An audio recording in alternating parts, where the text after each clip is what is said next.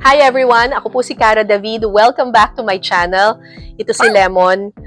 Huwag kayo mag-alala. Quiet lang siya. Makikinig din siya sa lesson natin ngayong araw. Alam ko po, nag-post kami sa Facebook asking you kung meron ba kayong mga gustong malaman tungkol sa script writing or basically journalism. So eto, susubukan kong sagutin ang ilan sa inyong mga katanungan. Thank you, Ru, for your question. Ru as in RuPaul's Drag Race ba to? Or Ru as in Ruro Madrid? Anyway, joke lang po. Alam niyo po, nagsimula po ako sa GMA as a PA/researcher way back 1995. Nung panahong iyon, hindi pa uso ang internet. Wala pang Facebook, wala pang social media nung time na yon. At wala pang cellphone. Parang kung may cellphone man, ganito siya kalaki. So may antena pa siya. Tapos mga mayayaman lang yung nakaka-afford noon. As in talagang payphone pa talaga kami noon, nung 1995 na nagre-research ako. So, iisipin nyo, paano siya nakakahanap ng istorya kung ganun pa yung technology nung time na yon? Paano?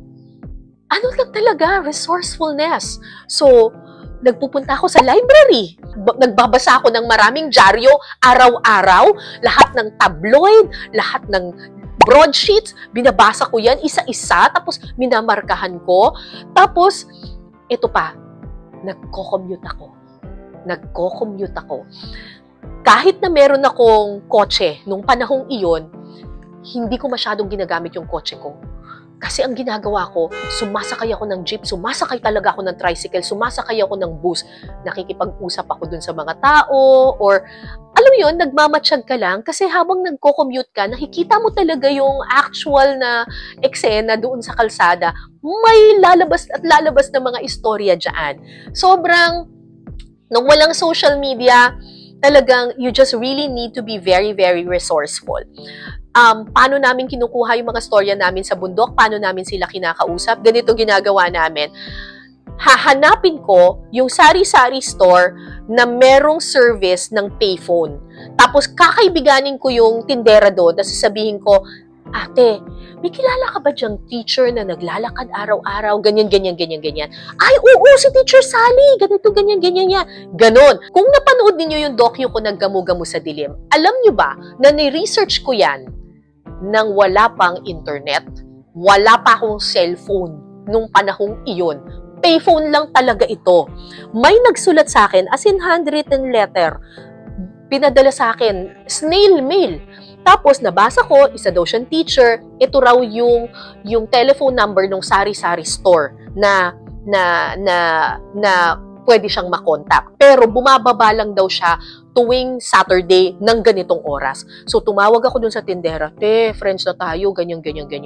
Te, pag dumaan naman dyan si Teacher Sally ng Sabado, ng ganitong oras, pwede bang sabihan mo siya na next week, tatawag ako ulit ng ganitong oras, sana nandun siya para makapag-usap kami. Ganon. As in, ganong level ng trust, ganong level ng legwork ang ginagamit namin para lang makahanap kami ng istorya. And tinuturo ko palagi sa aking mga estudyante, kahit may social media na tayo ngayon, nothing beats hard-earned research. Even if we already have Facebook, TikTok, etc., huwag kayong magpalimit na doon lang kayo maghahanap ng istorya ninyo. Kasi hindi ninyo mahahanap yung mga istorya sa mga liblib na lugar kapag nag-rely lang kayo on social media. Ang isang magaling na researcher, naghahanap ng istorya hindi lang sa social media, hindi lang sa mga dyaryo, hindi lang sa mga radyo, naghahanap siya ng istorya mismo on the ground. Back to basics, ika nga. Doon ako mas bumibili kapag yung researcher, resourceful at hindi lang nag-rely on social media.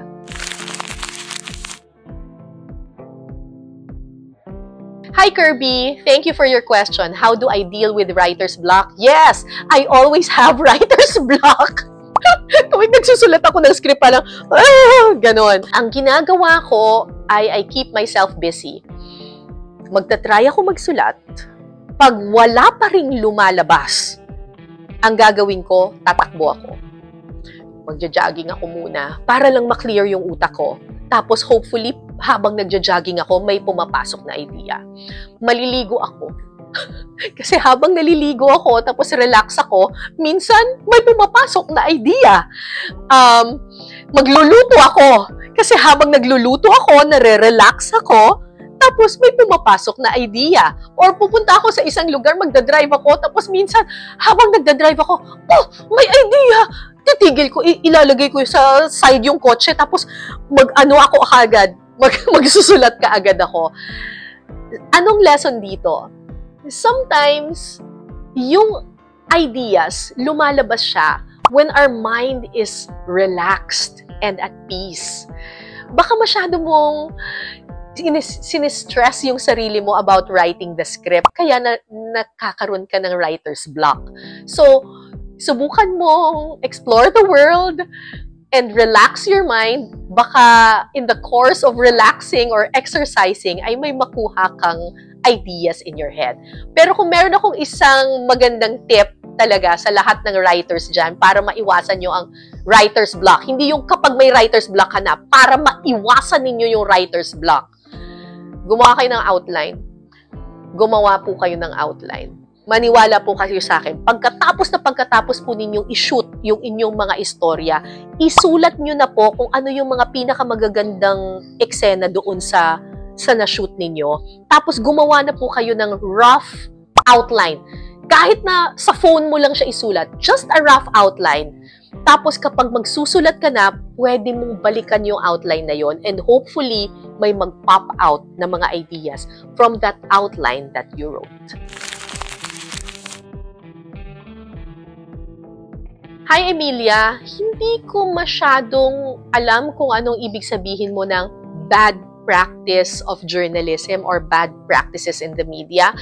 Kung ang ibig sabihin nitong bad practice na sinasabi mo ay yung humihingi ng lagay or corruption, hindi ko ginagawa yun. Kasi naniniwala ako na walang pera na makakatumbas sa isang malinis na pangalan. Simple lang naman ako mamuhay, hindi ko kailangan ng maraming pera.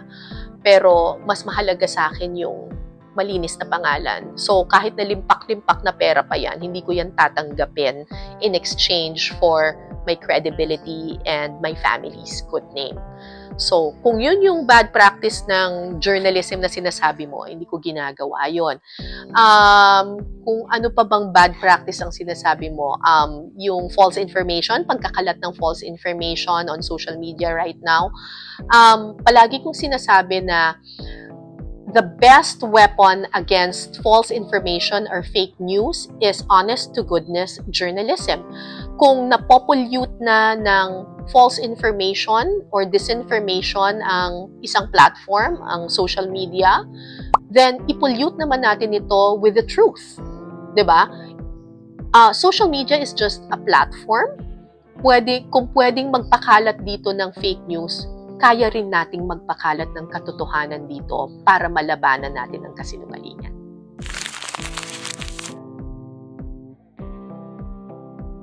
Hi Norman, thank you for your question. Malaking misconception yan sa script writing. Akala ng mga tao para magkaroon ka ng isang magandang script, kailangan mo ng mga makabagbag damdamin at mga mahahabang mga salita, katarungan, kasarinlan, kapayapaan, lahat ng mga mahahabang, mga malalalim na salita.